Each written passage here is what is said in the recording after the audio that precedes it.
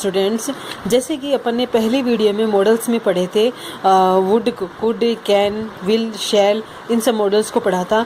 उसके बाद में जो मॉडल्स आते हैं वो अपन आज की वीडियो में पढ़ेंगे। तो पहले होता है मस्ट, यानी मस्ट, शुड और ought to। ये तीनों एक जैसे होते हैं, तीनों का मतलब होता है चाहिए। लेकिन मस्ट जो होता है वो हमें दिखाता है नेसेसिटी की, यानी किसी बात की नेसेसिटी जो आवश्यक है, किसी बात की ड्यूटी के लिए हमारी ड्यूटी है, या किसी को स्ट्रॉन्ग एडवाइस दी जाती है उसके लिए, या वो चीज़ हम सबके लिए कंपलसरी है, सबके लिए कंपलसरी है, चाहे कहने वाला हो या सुनने वाला, सबके लिए कंपलसरी होती है। तो वहाँ अपन मस्ट का यूज करते हैं। फॉर एग्जाम्पल, यू मस्ट ओबे ट्रैफिक रूल्स, तुम्हें ट्रैफिक रूल्स का पालन करना चाहिए। यहाँ कोई शुड नहीं आएगा, कोई नॉर्मल सजेशन नहीं है, बल्कि एक स्ट्रॉन्ग एडवाइस है, स्ट्रॉन्ग एडवाइस दी जा रही है, एक ड्यूटी है हमारी, यह हम लोगों के लिए कंपलसरी है। जो कह रहा उसके लिए भी कंपलसरी है और जिसको कह रहा उसके लिए भी कंपलसरी है।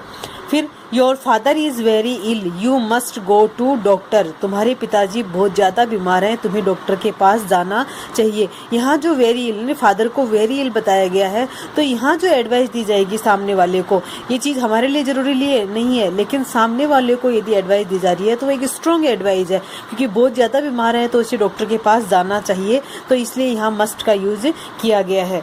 यू मस्ट ओबे योर टीचर्स ऑर्डर, तुम्हें अपने टीचर्स के ऑर्डर का पालन करना चाहिए। टीचर्स के जो ऑर्डर होते हैं वो नेसेसरी होते हैं, हमारे जो हम सबके लिए कंपलसरी होते हैं, तो इसलिए यहाँ पे मस्ट का यूज किया गया है। इसके बाद में जो आता है वो है शुड। शुड यानी एडवाइस, किसी को नॉर्मल एडवाइस दी जाती है, ये सामने वाले पे डिपेंड करता है कि वो उस एडवाइस को मानता है या नहीं मानता है। एक आता है सजेशन, नॉर्मल सजेशन दिया जाता है, इसमें भी जो सजेशन दिया जाता है वो सामने वाले की मूड पे डिपेंड करता है कि वो सजेशन को एक्सेप्ट करेगा या नहीं करेगा।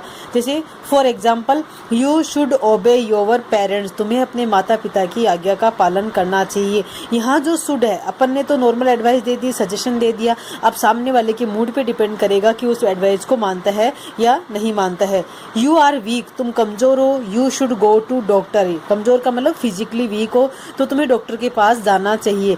ये physically weak, normal physically weak दे दिया तो हम नॉर्मली सजेशन दे रहे हैं, अब सामने वाले पे डिपेंड करेगा कि वो सजेशन को, डॉक्टर के पास जाने वाले सजेशन को मानेगा या नहीं मानेगा। तो यहाँ हमने शुड का यूज किया।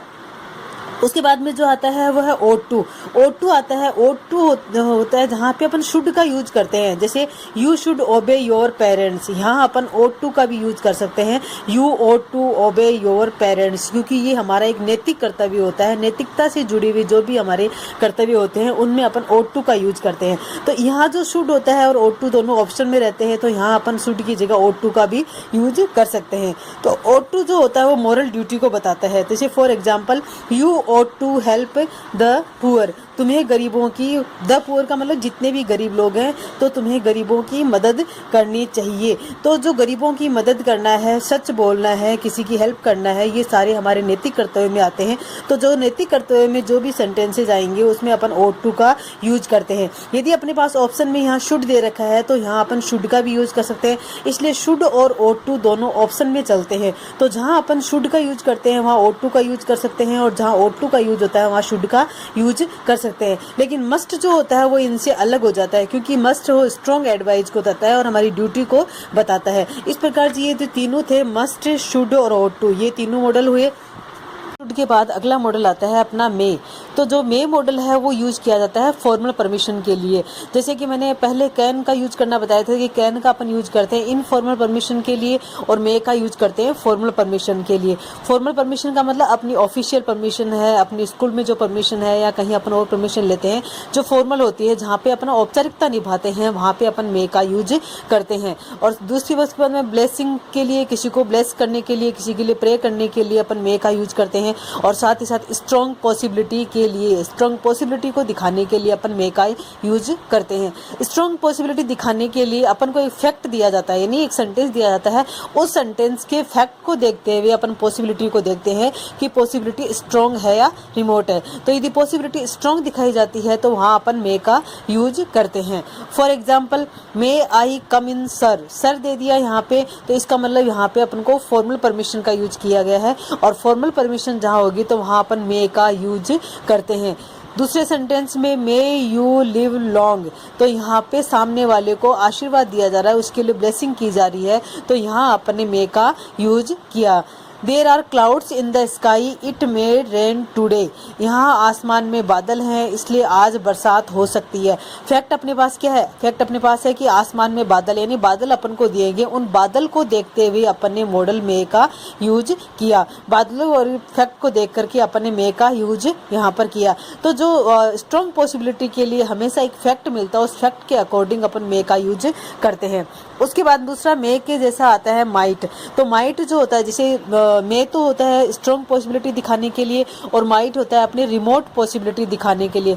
रिमोट का मतलब होता है दूरस्थ, यानी जो चीज़ें अपने आसपास नहीं है बल्कि दूर तक है, यानी जो संभावना अपने आसपास नहीं है, एकदम नगण्य संभावना होती है, न के बराबर जो संभावना होती है, वहाँ पे अपन माइट का यूज करते हैं। दूसरा इसमें होता है हेजिटेटिंग परमिशन, यानी किसी से अपन हिचकिचाते हुए किसी बात के लिए या किसी चीज़ का यूज करने के लिए परमिशन ले रहे हैं, तो वहाँ भी अपन माइट का यूज करते हैं। नहीं, सामने वाले से पूछने के लिए अपन को एक हिचकिचाहट हो रही है, तो वहाँ अपन माइट का यूज करते हैं। अब for example, there are few clouds in the sky it might rain today, यहाँ आसमान में कम बादल हैं तो आज बरसात हो सकती है। जो फ्यू है वो एकदम नए के बराबर, यानी नए के बराबर बादल हैं, तो जहाँ नए के बराबर बादल हैं तो आसमान में जो बादल हैं वो नए के बराबर हैं, तो बरसात होने की जो संभावना है वो भी क्या है? नए के बराबर। तो इसलिए अपन ने माइट का यूज किया है, यहाँ रिमोट पॉसिबिलिटी को दिखाया गया है। इसलिए जो मे और माइट दोनों में ही एक फैक्ट दिया जाता है, उन फैक्ट को देख करके अपन स्ट्रॉन्ग पॉसिबिलिटी और रिमोट पॉसिबिलिटी के लिए मे और माइट का यूज करते हैं। दूसरा, might I use your mobile, क्या मैं आपका मोबाइल फोन यूज कर सकता हूँ? तो यहाँ पे जो माइट है, किसी के साथ हिचकिचाहट से अपन कुछ पूछ रहे हैं तो माइट का यूज करते हैं। लेकिन जब एग्जाम में आता है तो अपन को पता नहीं चलता है कि ये कोई हिचकिचाहट के साथ पूछा गया है, तो यहाँ पे अपन एक इनफॉर्मल परमिशन के लिए या फॉर्मल परमिशन के अकॉर्डिंग कैन का यूज कर सकते हैं, या फिर यहाँ पर कुड का भी यूज कर सकते हैं। तो जो माइट का होता है वो ऑलमोस्ट किसके लिए आता है? रिमोट पॉसिबिलिटी दिखाने के लिए, नगण्य संभावना दिखाने के लिए, कम संभावना दिखाने के लिए अपन माइट का यूज करते हैं। तो ये तो थे 10th क्लास में आने वाले जो ऑलमोस्ट जो मॉडल है, यानी जो मे माइट, और भी जैसे कई मॉडल हैं, जैसे हैड टू है, नीड नॉट है, डेयर है, ये सब आते हैं। लेकिन ये कब आते हैं? जो ऑलमोस्ट मॉडल हैं, जो हमने 2 वीडियो में बताए हैं, वही मॉडल आते हैं।